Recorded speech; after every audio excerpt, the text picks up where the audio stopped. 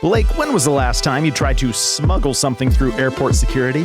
Oh, don't pretend like you don't remember BNA security throwing away my $80 shampoo when we didn't check a bag at Philo because it'll be fine.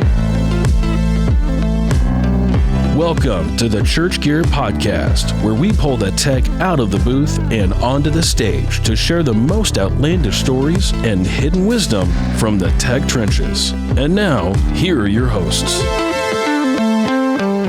I'm your host, Blake Hodges, a man who still needs to send a reimbursement form for my shampoo and conditioner. And I'm here with my co-host who has never washed his hair a day in his life, Toby Walters. I mean, this is just natural. I am naturally beautiful. It's just the way God made me. Yeah, naturally smelly is how I would call it. And I love how, you gripe about this stuff, but then just a couple weeks ago, you came and said that you went to the airport and Southwest said, we can't guarantee that your bag will get on because your flight leaves in 30 minutes. And didn't you show up like 40 minutes ahead of time? I showed up 45 minutes thinking that would be fine on a Wednesday in the middle of the day. And Blake, what number flight was that in your life that you've been in charge of like getting yourself to the airport on time? Number 2. Number 2. Wow, it was 30 years old, Blake. And it was a number 2 with I didn't realize they closed the gates 15 minutes early and then your bag has to be there 45 minutes early. And my wife was like, oh my gosh, our bags aren't going to get there. And I was like, she didn't she wasn't in love with this trip idea. Like it was to see my bro. And I mean, she had a good time, but you know what I mean? Like it was my trip and I did not manage it well. The man who grew up in the small town countryside goes to the big city. This is why that voice. That's why anytime I flew on trips for work, I'd be like, oh yeah, I'll go with Toby. Oh yeah, I'll go with Brian Zagonero. Oh yeah, I'll go with somebody. Cause I never booked my stuff. Gosh, what could you accomplish if you didn't have, real men in your life? Well, and then question. You got me that Southwest credit card in your name. So That's now true. I'm still waiting for my points. I never got them. I've hit the spending threshold in 5 days. Can I get a raise, by the way? It was all for your points. It's all for your points. So I went to Raleigh and then went up to Lynchburg, and Drew and I went to Liberty for the day and spent the day there. But on my way through the airport, I go through, normal security, and I, unlike Blake, have been on a plane more than once in my life. And so I have my carry-on luggage, and it's all stuff smaller than, I think it's 3 ounces or whatever the liquids limit Your is. little flask full of vodka to get you through the flight. No, I do my breathing exercises now.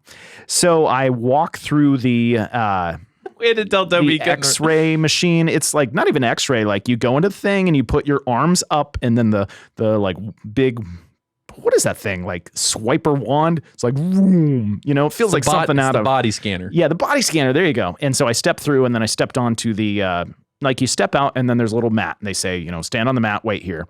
And so I'm waiting there for 2 seconds, and the TSA person says, sir, I would like you to turn around and look at the screen. And so I turn around, I look at the screen, and there's the cartoon outline of a body from the body scanner, and just a big red square. There's always, anytime there's something that the TSA people have to check, maybe you have something in your pocket or whatever, there is a red square right in a very uncomfortable place. And I promise I was not smuggling anything in, but that was a touchy situation there. Toby, I don't like what you're implying. I think you're implying that your touchy spot is dangerous, and so dangerous that TSA had to stop you. And that is such a boast. Your father listens to this podcast. Good Lord, man. It's how do you tell this story, in a clean way on our Christian podcast? But it was it was a moment for memories there. Did you get a pat down? Yes, I got a very in front of everyone, in front of everybody at the airport. It was the guy even asked, "Would you like a private screening room?" And I said, let's just get on with this. And so I made it through, and I got to Liberty, and Drew and I had a great time. We connected with we got to tour the whole production suite and everything while we were there. They were recording. I don't know that it goes on ESPN, but it's their weekly sports, Liberty Sports Show. And so they have, a live broadcast that they do. the broadcast that they get to do at Liberty is just, you don't think about it when you're a normal church tech, but like they do football games and basketball games, and they have every major Christian artist comes through Liberty at some point. So the level of production that they get to do is just off the charts. So it was really fun to see that. Wow, that's really amazing. And somehow I'm just gonna go back to the airport story. Yes. Somehow it's even worse if you go in a private room. Like it's actually not that bad. Totally. You know what I mean? It's like, look, I'm not trying to hide anything. Let's just get this over with. But if we have to go to a private room, everybody's looking at me like, okay, he's the one. He's, he did it. Oh gosh. All right. Well, speaking of someone that would never get held up on an airplane because he is just a stand-up guy, the bearded wizard, the baller shot caller, the broadcast director at Bethel Church, Jesse Maitland. Jesse, have you ever been patted down uncomfortably at an airport? Unfortunately, I think I expect it these days. Oh, It damn. happens all the time. Yeah. For real? All the time. Do you get, Oh, yeah. constant random security checks? Because I don't know, you definitely look dangerous. Is it the beard? Is that what it is? I just smile at them and, I guess I take it as a sign, a sign that I am dangerous to somebody. So Whenever I wear joggers, like I wear the cargo joggers, they have like the zipper pockets on the sides. They always check the zipper pockets, even though there's nothing in there. So, and I was wearing just shorts with nothing, like didn't have any extra pockets. There's no zipper on my shorts. So I couldn't understand why there's a big red square right there. I gotta say, guys, I'm kind of offended now. Like they don't think that I am dangerous enough, I guess is the word we're veiling for this, to they're be like, searched. oh, the Pillsbury Doughboy, come on through. Give me a little I would poke. just say, I would say it's a very intimate relationship, something special that's really just unique between TSA and me. So Did y'all get their numbers after? I mean, all right, we gotta move on. And I was looking in his Truths and a Lie if there was anything about TSA security, but unfortunately. That would have been nice. And now we already know the truth. Number 1, my first TV appearance was at the age 13. Wow. When was the first time you were on TV, Blake? The Hannah Montana movie aired, I guess, when I was 17. I was an extra in it. Okay. Yep. I have, a couple of those little stories where I was on like local news and stuff, but Yeah, being an extra in a movie, it's the pits. Like, it's just the pits of Tartarus. Like, you just sit, I'm not kidding, guys. You sit like cattle in a little section I think I was out there for 3 hours before they put us in our scene.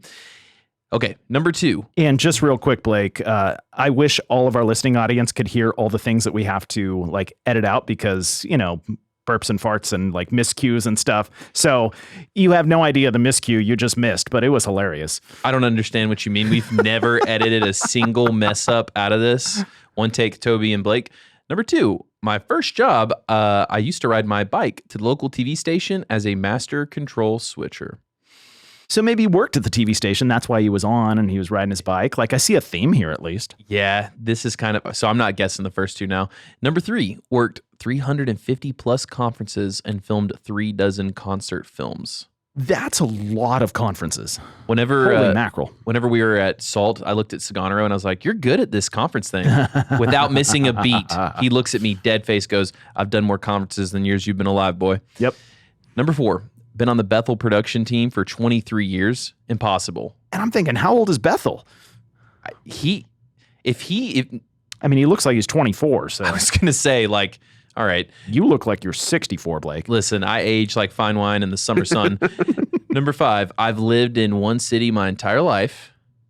Number 6 was a professional dog trainer. He's really getting me here with the Bethel for 23 years because I don't think he's old enough for that. Okay, I'm choosing first this time because you chose first last time and you took mine, even though I still won. Too bad. I'm going to say professional dog trainer. No! You're fired. That's it. Listen, I am behind. I've got to really claw my way out of this hole. Okay. Well, now I'm convinced that that's not going to be the lie. That's what happened last time. I can. I'm going to say that he's never been on TV. He's worked in TV, but he's never been on there. So the lie is about his first TV appearance. Tell us, Jesse. guys, I don't play poker, so that was really hard. Because I can't keep a straight face. So if there was any illusion of trickery there, I'm impressed with myself because I've actually, most all of these things are true, except for, actually, they're all true, except for the dog trainer. So I actually almost became a dog trainer at one point in my life because I did do work a lot of dog handling with professional trainers. And it was actually a real passion of mine. And I almost went that route. Blake is comically afraid of dogs. We had a small group meeting like 4 years ago, and we went over to our friend's house, and they have this big, shaggy, like the world's most gentle, friendly dog. And this dog immediately sees that Blake doesn't know what he's doing with dogs. And so this dog is trying to be Blake's best friend. And Blake's like, get away. And I'm like, dude, this dog just wants to love you, man. Okay, two things. One, my relationship with my in-laws has dropped by about 100% because their dog tried to bite me and I was ready to kill it. Number two, about last fall, we stayed at this little place in the middle of the woods and there were dogs that were a lot farther away than they sounded. I thought they were right upon me. I took off at a sprint up the steps and fell on the ice. No, it was painful. That sounds about right. Okay, so how have you been on the production team at Bethel for 23 years and how old are you? Yeah. I mean, so what's your guys' guess? I mean, how old am I? I mean, if you've been on for 23 years, I'm going to say you're at least 35. Yeah, I mean, like our youngest, I think it was Alexa Ross, was 8 years old or 9. So yeah, I mean, and that's because her dad was like the monitor engineer or something. She started working under her dad. I'm going to say it at least takes 12 years. So I'm going to say 12 plus 23 is 35. That's what I said, Blake. Good job for math. Oh, did you? No, you crap. You steal my answer yet again. Toby, I have made a career out of riding your coattails, bruh. So guys, I'm actually 39. I just turned 39 in the last week and a half, 2 weeks. So mid-October, I turned 39. And I've got to ask, is it because you're aging really well, or is it this incredible, lighting and backdrop setup that you have here, or the that's deal making you look so young, or the deal you made with the devil? Yeah. Yeah, definitely that. I've actually, my family does age quite well, but a lot of people think I'm 28. So, do you like that, or are you annoyed by it? Oh no, absolutely love it. There we go. Okay, 350 plus conferences. Is that just that so many come through Bethel? Actually, I've done. So if you do the math with Bethel, I've probably done about 275-ish or something events, bigger events through them. But I've also done corporate and other ministries as well. So, yeah, if you add them all up, I'm somewhere in that category. I've lost track. I have a very large stack of like badges in the other office here. So you're doing like 15 to 20 a year? Badge. Yeah, I mean, it's pretty average. I do at least 12 a year of just regular like Bethel events. And then I do an additional, events outside of that. Dadgum. And 3 dozen concert films. Do you have like an all-time favorite? Ooh, that's a good one. Being a part of not just Bethel, but being a part of Bethel Music's journey, as well as Jesus Culture, and being a part of a lot of that musical journey. Musical journey. I was like, yeah, that's an older name. We've done a lot of albums, and gosh, I'm trying to think if I have a favorite. There's definitely ones that I love for different reasons. I know the one that we're really known for was the I always remember the old name for it, but the release name of the album, the Mountaintop one. Senior moment here, Jesse. I know you look like you've aged well, but your brain is taking a toll. It does start to blur together. I'm not gonna lie. The original name for it was Crimson Skies, which is a terrible name. What is it called, guys? This is gonna bug Jesse. He's got to Google it. Okay. In the meantime, let's jump over to you've lived in one city your entire life. I assume that's Reading. Yeah. And are you is there anybody else on staff at Bethel that has only lived in Reading? I always joked it's like 4 of us. Yeah. 4 or 5 of us. I ran into an intercessor lady the other day who has been at Bethel for like 40 years. And our facilities guy, Dave Runyon, he's been there, I think, working for like 43 years or something like that. Wow. Dang, I was going to ask if you're the And longest so- employee, but you're not even close. I think I'm number 2 or number 3. Wow. Okay. So, which is wild, right? It's like Yeah. super wild. And did you find the name of the album? Because we're looking No. at you very embarrassed now. I for don't your- multitask very well. Maybe it'll come to you throughout the yeah. episode. Well, jumping into Oh, it definitely will. Bethel, you know, I know for myself, like I will not be shaken. I will there not be it shaken. is. There you go. You did Or it. we- He would not be shaken from his mission. He was going to find that.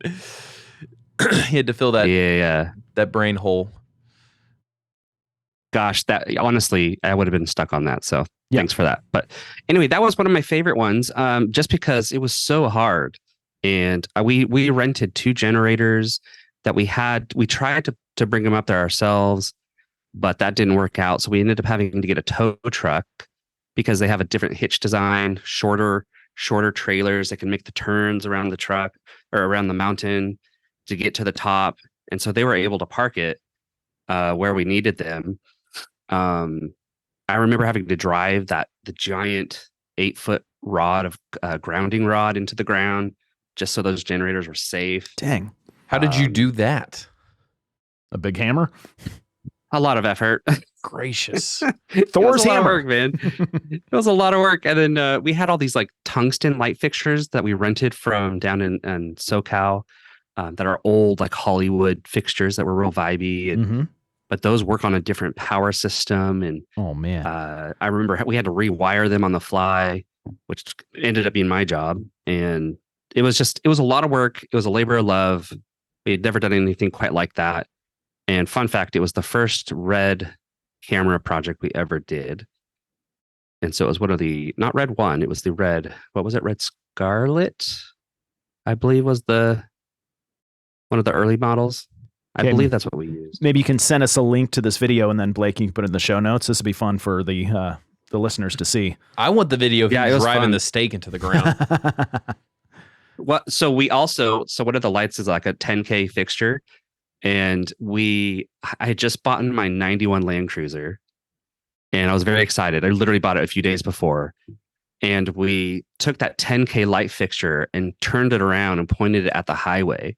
So I my remember gosh. driving along the highway, trying to look in the mountains to see this 10K light fixture just shining down. It's quite impressive. So Yeah. That's crazy. fun, just, inside information, stuff you got to know. Bartholomew got home that night and he was like, honey, the aliens are coming. They're coming. Yep. For sure. So with Bethel background, I know for myself, like I didn't know what Bethel was until the music started coming out of there. And so I just assumed, oh, like it's a band. Oh, it's a worship school. So apparently he has a longer history than that. Give us a little bit of the background. Yeah, actually, Bethel's been around for quite some time. I believe it was established. I don't know my Bethel history super well, but I know it's been around for 60 plus years. It's Bill Johnson's father was a big part of that, of the Bethel movement, and he's definitely one of the fathers of the house. Mm-hmm. He definitely was one of the early guys who was really speaking and praying and like teaching into this worship theology that Bethel's known for. And he was really just the one that laid the groundwork, if you will. And ironically, I still remember we were Assemblies of God back in this time. And I remember when he would come and speak as a guest at the church at this little tiny A-frame building. Those A-frame churches Oh, that are yeah. I used to lead worship. I don't know. Yeah. Like they're funky. They're a weird size. They're impractical in a lot of ways. They're meant for a whole different type of ministry and worship style. That's where I remember, taking naps at 4 years old on the pew and having these moments with the Lord. And I remember because Earl had the deepest, most awesome voice. And and it was just fun to listen to him. But we had some amazing worship even back in those days. We were having amazing worship encounters, and fast forward to today, and it's always been growing and continuing. So even then, Yeah, it's almost like it's kind of how Muslims have the pilgrimage to Mecca. It's like one of those churches that people watch online and they experience the music and they kind of put it on their list of like, I've got to go experience this in person sometime. And maybe it's the 10K light up on the hill, Blake, was it Bartholomew? It's a beacon, right? It's a little beacon. I was trying to think like, what's a really old Amish name? But do you get a lot of people just from out of town that come in to experience a Sunday service with you guys consistently? Yeah. Some of the people listening might even laugh because I get quite a bit of emails from people, and I sincerely do my best to respond to everybody. But we do get quite a few people looking to even just see what we do and be a part of our technical stuff, and just to get a peek at what we're doing. But, I think what I like to say is like, it definitely is. Bethel is definitely a place where people come to check something off the list. Like, hey, I went to Bethel. Mm-hmm. And, for me, it's like people come for that purpose, but they often leave marked by God. And Yeah, so that's that's a awesome. big deal for me. Like, I think it's amazing how, we come just to experience it. And then, we pour all this effort and energy into hosting people from around the world, because the one thing that's important to us is that we want you to have your encounter. And that's your encounter with the Lord, separate from any theology that we might have or anything that we might differ on. It's not significant when you're talking about connecting with who made you. Like your identity comes straight from him, and that encounter is such an honor to be able to facilitate that for people, and to really pastor and protect that. So that's definitely a big priority for us. And I know you guys have had, so many amazing production people come through there and then go out and do incredible things. Like we've had several of them on the podcast. And you were just mentioning, like, you'll get a lot of emails from people interested in production. I'm almost wondering, is this like the hack for all the churches out there trying to hire production people that, step it up to a certain level that production people want to be a part of it because they see how great it is? But I mean, honestly, is it easier for you guys to recruit people to your production team because they're seeing it and wanting to be a part of it? Or is it the school that's really, putting a lot of production people into your space? If the question is hiring, is that our question? Yeah. Like, how to get hired, basically, Well, be a part of our team? I'm almost wondering for every other church that's struggling with hiring, like, is that just as big a problem for you guys? Or have you kind of created something so special that, you have resumes lined up to be a part of what you're doing? That's a good question. That's a kind of a complicated one, really, but I think I would go, I will say this: no matter if you're a volunteer, a paid staff, whatever capacity that you're serving in, we prioritize people's hearts over their skill any day. Mm-hmm. And that's never compromised for us. I will gladly teach somebody what they need to know if they carry the DNA of who we are. And that's definitely number one. So if anything, we're always protecting that. And we hire people when it makes sense, but we expect both our volunteers and our paid staff to show up 100% and to carry that worship heart. And, one of the things that we always tell our people is like, or at least what I tell my team is, if you're holding a camera, you're a leader and you're a worship leader. And if you're not worshiping, you're not able to stand in the gap and bring someone else's their encounter. And so our live stream, that's what it's all about for us, is how are we encountering God and how are we bringing that encounter to people in their home? So when it comes to staffing, it's like, I look for, number one, do you carry that same desire to be a worshiper? Yeah, that's great. Blake, what I'm hearing... sorry, I tend to be a little deep, so I apologize. No, that's great. Yeah. But Blake, what I'm hearing, he said heart over skill. So you might have a shot, buddy. Hey, listen, if you hire for culture and good vibes, I'm your guy. But I could never live there because, well, that's just too far north.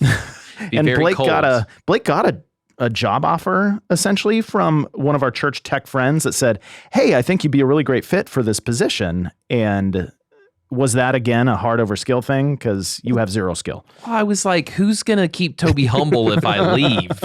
Like somebody's got to be here to rag him. So going to broadcast. Let's talk about that. So my church back here in Franklin, and I think Blake, you would say the same thing of Fellowship as well. Like their live stream, their broadcast is great. It looks good. It sounds good. It's an experience. And so full transparency, I watched your guys' just recently for the first time. And I was like, oh, dang, like whole different level. And I know, a few other churches out there are, doing the level you guys are, but do you guys feel like this expectation to have a certain level of broadcast because so many people around the world tune in, that there's so much awareness around Bethel? Like, is that high expectation week in and week out?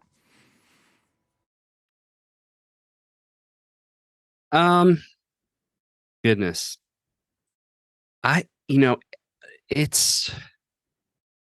We have a pretty good routine. Like I take it serious, but we are a pretty well-oiled machine.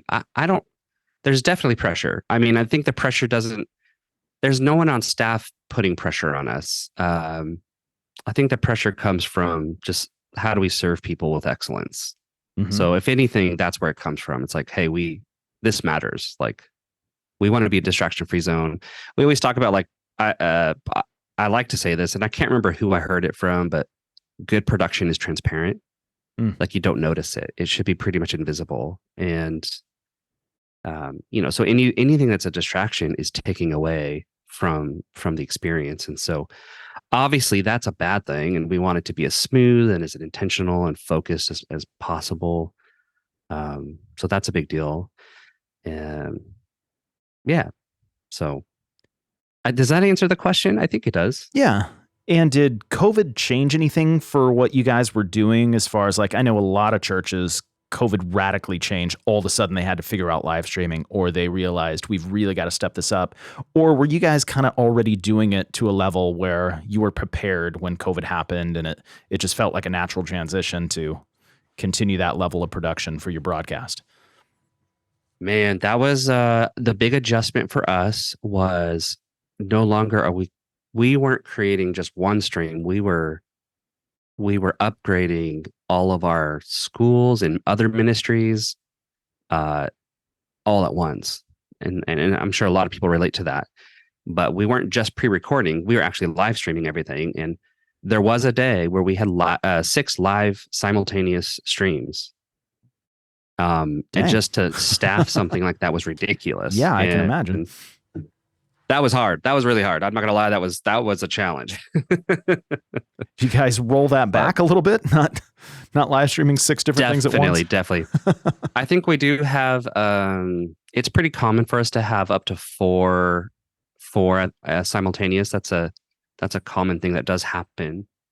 And I think we've learned how to do it sustainably where we're not, taking advantage of our people and killing them in the process, Yeah.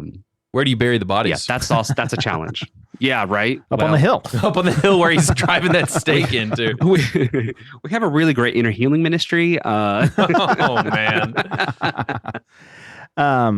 Give us just a little bit into the details. And Blake and I like to ask questions that we don't really know how to technically ask, but I know enough to say, like, how many cameras do you normally use on a Sunday broadcast? And then what kind of team makeup as far as like how many staff versus like what kind of volunteer army does it take to pull off your Sunday broadcast? Yeah. So I'm the broadcast director. So that means I'm predominantly handling anything live stream. So that's usually, we have a worship mix audio engineer. We have what we call a broadcaster ingest engineer who does audio as well. And then we have 7 cam ops and a director and a live stream tech. And so that's usually our full position. And then we'll have usually a volunteer as well.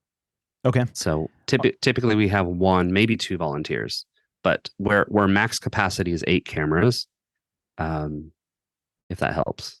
And so most of your camera ops are staff? Yes, just because of the volume of people that the volume of streams and productions that we're doing, I do have a pretty large staff. Yeah. Got it. Any guys are you running all Red cameras? We are 5 or 6 6 cameras now. So we have a couple of IMAGs type camera setups that are still URSAs. And that's because we haven't bought the new lenses and the body to go with it. So we're mostly Red. A lot of people don't actually know this, but a Komodo is about the same price as an URSA. And so roughly speaking, it's about the same getting into it. So you got obviously the accessories, that's a whole different conversation, but yeah. So you have mostly Red. What are the rest of your cameras? Are they blue, yellow, pink? Yeah. Also, people always make fun of it, but they say Black Magic cameras, right? Black Magic, it's creepy. Mm-hmm. And then Red has the skull logo on it. And it's always funny to me because, like, did you know that's the skull is actually a representation of eternity in Christian faith? Like, it's actually a symbol for that. It's more prevalent in the Catholic Church, but it's actually meant to be a religious symbol. Fascinating. I didn't know that. Did you know that? Yeah, Tony? right? Isn't that wild? No. And I feel like we need a kickback from Red for, we just doubled our sales with churches. Oh, tripled. You got so many eyeballs, as Toby said, looking at y'all's live streams. You have people visiting you. I mean, when you're leading that much, who do y'all look towards, for ideating to make your live streams better? Who's influencing you? Like, when you think, all right, that phrase, still like an artist, is one of my favorites. Who do you guys even steal from to, try to improve your live stream as you're thinking through broadcast? I mean, obviously we look at culture, we look at what's trends are there, obviously that's part of the creative process. There's so many factors. I think the most successful times we have, the most successful things are when at least the things I value the most, is when we stop and just take a look at what's the motivation behind these decisions. Am I doing what's cool? Am I feeding my ego, or am I actually partnering with God's agenda? Where are we headed? It's very much pastoral, and a personal conviction of mine is, as leaders in communications, we should be asking the questions: how are we leading people through technology? And so creating conversations with supportive technologies is the name of the game. Like, that is strategy 101, so that's always been what's like inspires me. What does that translate for, like, inspiration and creativity? I mean, everybody looks at everybody's stuff and what they're doing. I think LED technology is fascinating. Staying up to date with what's current and understanding technology and how to implement it is such a big deal. It's such a big part of the process. So, any specific churches that you've watched what they're doing recently, and you're like, oh dang, that's super cool? Yeah, I don't watch as much as I should. I know my buddy Chad over there. He does all kinds of great things over at Transformation, and he gets wild. Yeah. I know with Drake and I, when we work with these other outside ministries or bigger events, it's such a great opportunity for us to get inspired by technology and just how others are doing it. Even in the secular space that might come from mainstream media, and bringing some of those ideas into the church can sometimes be really, really cool. So most of my inspiration comes from some of these tours, man. Like, God gosh, who doesn't like a Taylor Swift tour? You know what I mean? Like, Not Blake. Jesse, this freaking traitor over here, he got tickets and he took his wife instead of taking me, his work wife. Yeah, that was a poor decision on my part. the work life. Yeah. Still- Yeah, I heard about this actually. Still mad. Oh, That's you did. unfortunate. Yeah, it's deepest Yeah. betrayal. Blake, my options of work wife around here, you'd be number. How many employees are at Church Gear now? I'm like getting- 30-ish. I'm getting on So you'd be like 40-ish. I'm getting on ZipRecruiter tonight.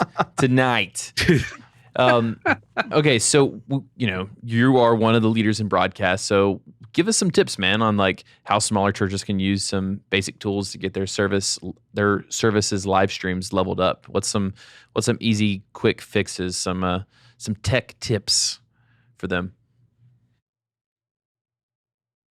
You know what? I would actually, something I like to encourage people with is some of my best productions I've done with 4 cameras and not 8. So a lot of people disqualify themselves from the conversation because they go, "Oh, we'll never have 8 cameras. We can't do that." And I think that like tip number 1 is remove that mindset. Like never say never. Right. And one of the things I teach in my courses and stuff, resources follow vision. And so until you have the vision to carry it out, you'll never be resourced. It's just how it works, especially in church.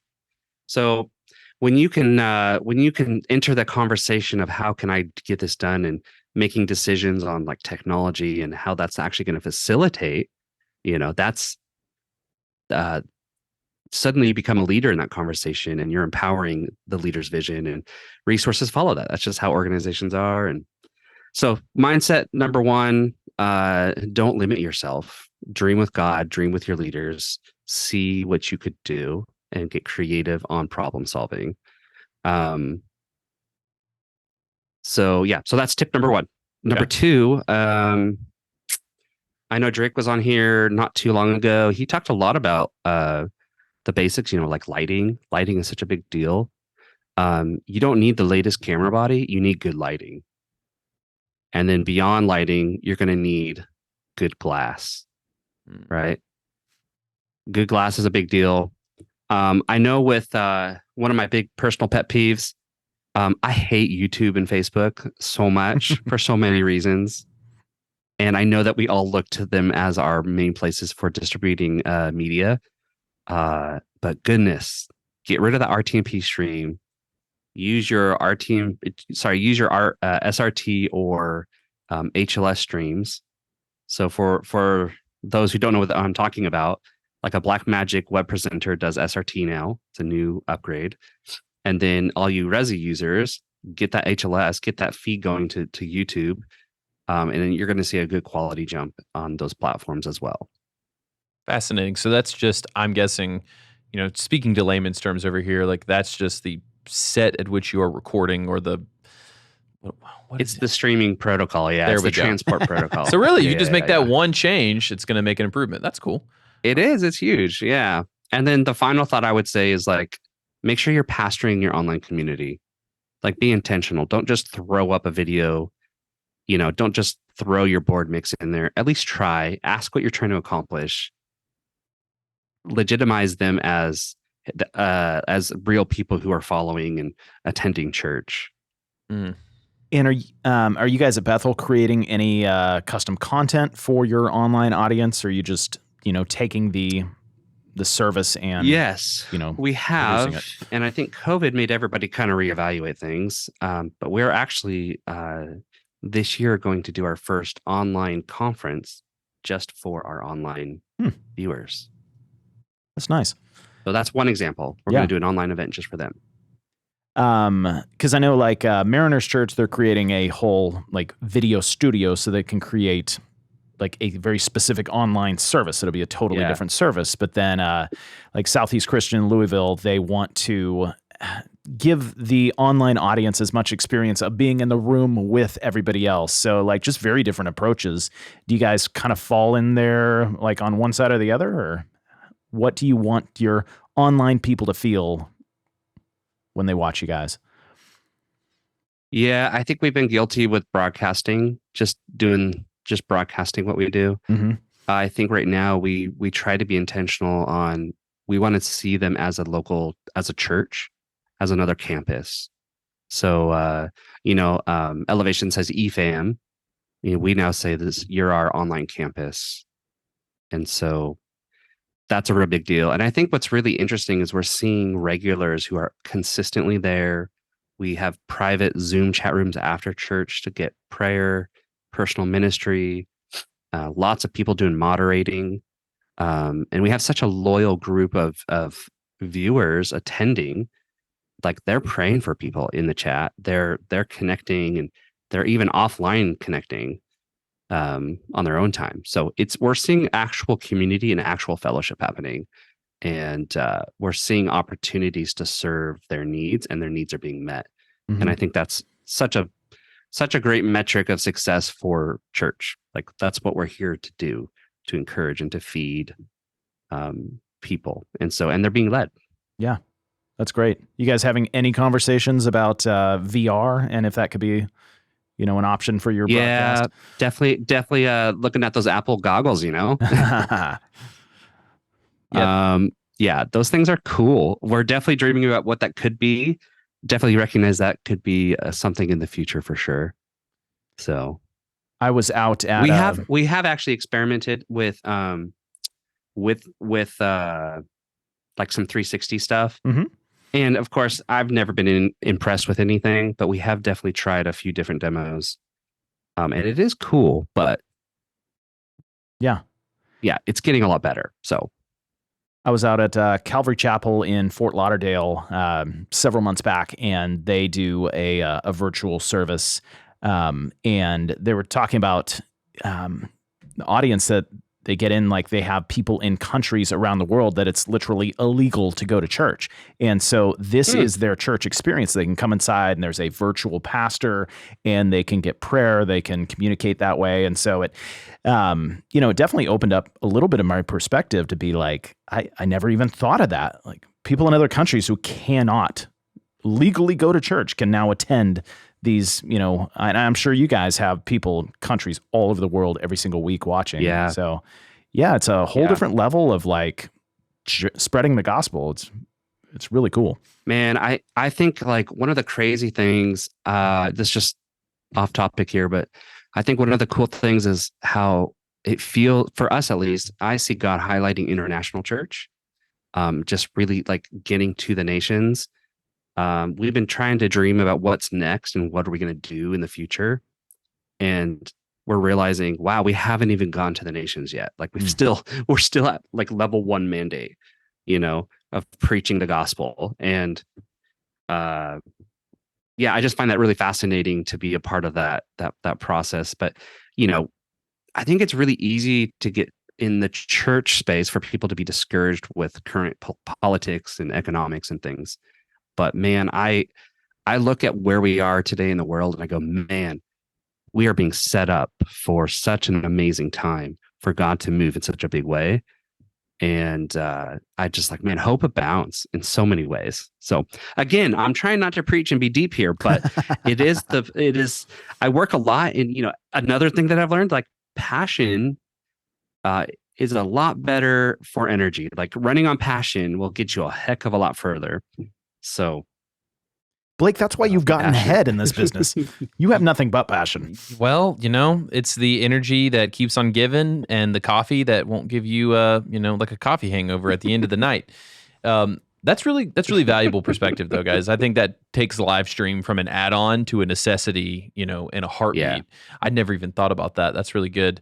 And it's really cool, Jesse, just to hear how you guys are ministering to people. I haven't heard anybody take live stream, not saying that no one's doing it. I just haven't heard of it going from an add-on to an interaction. So that's pretty neat. Yeah. When things aren't going well, though, and we're not, feeling deep and good about our things, it's typically when something's turned into a disaster. We love a good disaster story here. Tell us a time when everything went wrong. He looks way too happy to talk about his disaster and how you addressed it. I've had so many scenarios where I've lost power. It's just wild. And like, I think everyone can relate to that kind of a story.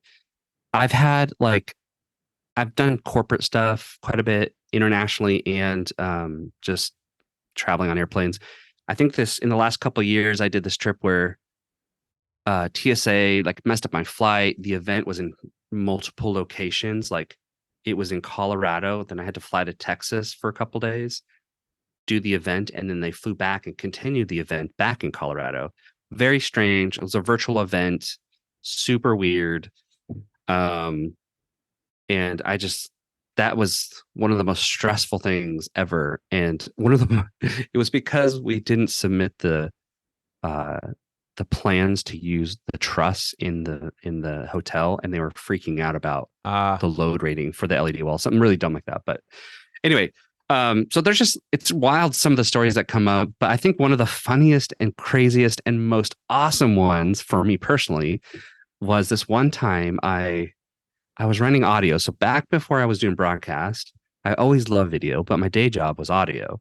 And so I was running front of house audio at one of our multi-site campuses, and multi-site meaning remote campuses in the city. And so it was storming outside. The weather was crazy. And, eventually like we lost power, right? I think not only did we lose power, but the wind was so strong, it ripped the door off of the lobby, like one of those big glass doors, like literally ripped it off and threw it on a car. Golly. And then I think that same, we also had an instance where like, I think the plumbing backed up and all the sewage flooded the lobby as well. So that was another fun thing. No.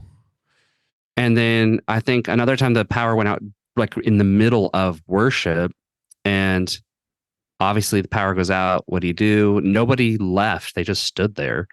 And so I ran around and was hitting all the test modes on the emergency lighting because not all of them fired off.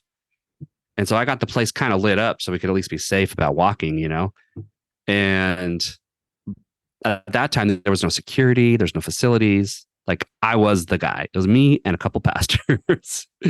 And, we just stood there and just had one of the most amazing worship moments with the Lord acoustically. And it was just so beautiful. So it's amazing how that stuff works. Like it can be the craziest stress happening, but yet it was such an adventure. I love how God takes our disasters and he's like, no, it'll be fine. Okay, I think that's just how God works in Toby's mind. I do think it is encouraging, though, that disasters typically end up becoming positives, almost so much so that I jokingly recommended it as a tactic. Like, if you haven't had a good power shutdown every 6 months, just turn that puppy off, have an acoustic set. So, Jesse, we love a tech takeaway to kind of wrap our episodes up. Something you tell, room full of church tech directors, whether it be relational, emotional, spiritual, any of those. What would you kind of wrap us up here on a tech takeaway? Yeah.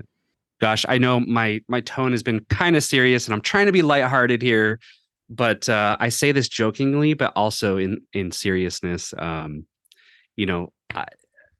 thing I would tell people is don't blame the devil for your lack of preparedness. Oh, dang. Right? So think about that. Like, how many times have something went wrong and you say, tech gremlins, right? The ghost in the system. We blame it on something in the system. It's got to be that. And it's just, I look at that and oftentimes I go, man, that's actually not, like, be honest with yourself. It's not a tech gremlin most of the time. It's either poor execution or lack of preparedness, just not doing things with an excellent heart. And so I would challenge people, does your sacrifice, does it cost you something? Like, this is our worship. And what is it costing you? Is it worth nothing? And so bring your excellence into your craft. And I would say demonstrate how much God is king in your life by giving your best offering. So not preaching, but I am preaching and challenging people, because I think it's a posture. Like, if anything about like the questions we've talked about, there's something that definitely Bethel is known for, and that is this worship culture, spirit of excellence. And I think our reverence, our offering is bringing our best to him, and receiving the gift he has for us. And that beautiful exchange will sustain you in being burned out, being bitter, it'll carry you through so many tough times. And he is our source. And, if he really is the one that we serve, then we need to bring our best to what we do. So that's my 2 cents. No, that's really good. I don't know what it says about me. When I saw the notes, I saw blame the devil. I didn't see the don't in front of it. And I was like, this is a great one. Yeah, just blame the devil. Blame the devil. I blame Blake. And I blame the devil. Oh, wait a minute. Does that mean I'm Toby's devil? All right. For the record, I mean, I can definitely tell you, like, there has been some warfare stuff going on in my life, in technical scenarios, and we don't have to go into that, but I just want to make sure people just, posture yourselves in that way. So. Yeah, no, totally. It's definitely there, but not a place to start from. Well, Jesse, man, what do you want to plug? We really appreciate you coming on the podcast and spending some time with us today. Anything you want to point people to? Yeah, I mean, obviously you can follow me on Instagram. My TikTok game is terrible, but you can definitely working on that. I do have some resources on my website, jessemaitland.com, and that is in the middle of a rebrand. And then, of course, if you want to get the latest stuff, bethelproduction.com has a lot of what we do at Bethel. So nice. Well, Toby, yeah, we actually do some posts and put pictures up and try to show what we do for like our set designs and our what we call our online connect segment, which is the pre and post interview stuff, especially for events. And so hopefully we're inspiring people to get intentional and creative with what they have. Well, now that I've talked to Jesse here and heard all this great stuff about Bethel, you're gonna have to take me to Bethel. I know we'll have to get to the airport on time. I mean, I talked about the the visit to Mecca, and in my brain, I'm like, okay, what other churches can I visit around Bethel, and how can I turn it into a little church gear getaway for myself? I don't take you on these things. You don't know how to go to the airport, Blake. Fine, I'll just take myself and BD because we're gonna do some church visits. I'm gonna take your company cards first. Well, I don't need one. I got a digital one actually that I bet you don't know how to log into. All right. Well, Jesse, we really appreciate you coming on, man. All right. Thanks, guys. Thanks for hanging out with us. We hope to see you back next week for more absurd stories, tech takeaways, and overall buffoonery here at the Church Gear Studios. Blake, every time we ask for a disaster story, I think of disaster stories here at Church Gear, and immediately 17 of them come to mind that all have to do with you. That's just called Monday, Tuesday, Wednesday, Thursday, Friday at Church Gear. Aren't we doing some special disaster stories coming up? Do we want to do a little teaser here at the end? Yeah, we are. We're going to do some Christmas disaster story episodes. Depending upon how many we get, we'll either do one or two. And if you've got one, you should DM us. Chat me up, and maybe we'll throw you on the show. Give your little story. Yeah, maybe send us just a quick little blurb, what it entails, and how many are we looking for? Maybe a dozen of them? Like I said, if I will take unlimited amounts of A-level stories. Now that might get dicey. I don't want to ever tell anybody no, but I mean, if we get 20 and they're all amazing, we'll do them. And I'm sure that, church production and Christmas, there's a whole lot of disasters that go along with those two things put together. Yes, we're going to try to put together some fun Christmas episodes to kind of just have some laughs and some empathy for our fellow brothers and sisters in Christ as we all go through this busy season.